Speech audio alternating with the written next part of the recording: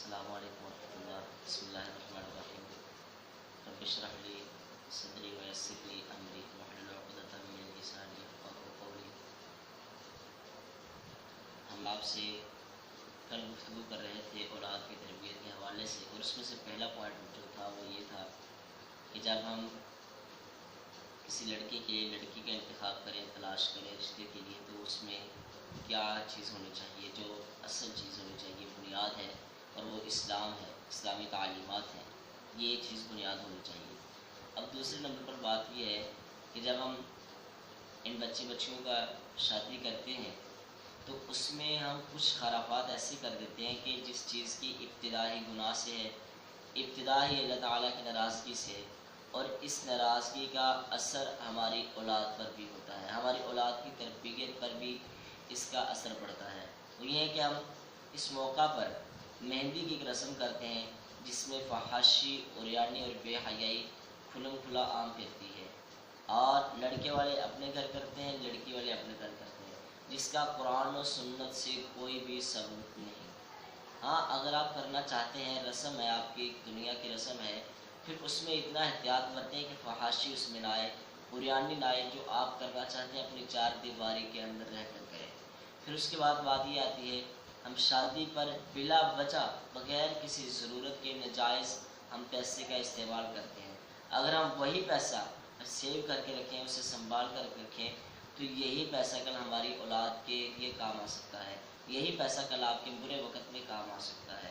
ہم کیا کرتے ہیں، کسی خوشی کے موقع کو لے کر سارے کا سارا پیسہ اپنی ساری خوشیاں اس پر بکھیر دیتے ہیں، پھر بعد میں خالی ہاتھ بیٹھ جاتے ہیں، جس کا نتیجہ یہ نکلتا ہے کہ شادی کے چند ماہ بعد ہی میاں بیوی میں لڑائیاں شروع ہو جاتی ہیں کہ یہ کام نہیں کرتا، اس کے پاس پیسے نہیں ہے، اس کے پاس ایسے نہیں ہے۔ یہ سسٹم ختم کرنے کے لیے سب سے پہلے اس کے بعد ہمیں اپنی شادیوں میں ناجائز پیسے کا استعمال جو ہم کرتے ہیں اسے روکنا ہوگا، اس کا جتنا ہو سکے ہم اسے اجتناب کریں۔ پھر اس کے اندر ہم شادی کر دیتے ہیں بچوں کی، پھر ان سب سے پہلے دیکھیں پھر بعد میں کہ کیا بچہ بچی اس شادی پر راضی ہیں، اس نکاح پر راضی ہیں۔ اگر ایک کی طرف سے بھی راضی نہیں ہے، ایک کی طرف سے بھی ناراضگی ہے، تو اس رشتے کو نہ کریں۔ چونکہ آج ہم بڑوں کا منہ دیکھنے کے لیے رشتے تو کر دیتے ہیں، لیکن اس کا نتیجہ یہ نکلتا ہے کہ چند ماہ بعد یا چند سال بعد وہ رشتہ ٹوٹ جاتا ہے۔ بات نکلتی ہے کہ بچہ راضی نہیں تھا یا بچی راضی نہیں تھی، پھر کیا کہتے ہیں، ہم بڑوں نے اس طرح کہا، ہم نے مان لیا۔ اب جو بڑے فیصلہ کر دیتے ہیں وہ بچے مان تو لیتے ہیں فی الوقت، لیکن اس کے نتائج بہت برے نکلتے ہیں، پھر بچے بیچارے نہ ادھر کے رہتے ہیں نہ ادھر کے رہتے ہیں۔ اس لیے اس چیز سے بھی اجتناب کرنا چاہیے کہ جس جگہ پر بچہ یا بچہ راضی نہیں ہے تو اس جگہ پر شادی نہیں کرنی چاہیے۔ پھر اس کے بعد ہم چلتے ہیں، جب ہم شادی کر دی ہے، پھر کچھ میاں بیوی کے ایک دوسرے کے اوپر حقوق ہیں، اور وہ حقوق یہ ہیں کہ ان حقوق کو انسان انتہائی زیادہ رازداری سے ان کو استعمال کرے، جس طرح اللہ کے قرآن نے حکم دیا ہے۔ احادیث مبارکہ اس بات پر کافی ساری صریحاً دلالت کرتی ہیں۔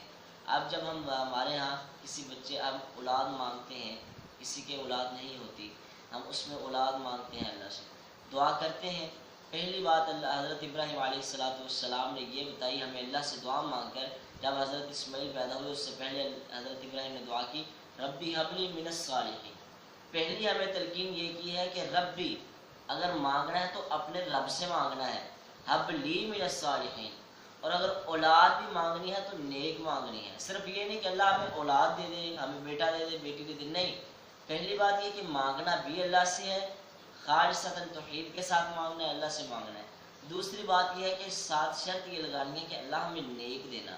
اس اولاد کا کیا فائدہ کہ جو چند سال بعد، 10-12 سال بعد جوان ہو کر آپ ہی کے چہرے کو کالا کر دے، آپ ہی کو کہیں باہر جانے کے قابل نہ چھوڑے۔ اولاد مانگیں، اللہ سے مانگیں، صدقے دل سے مانگیں۔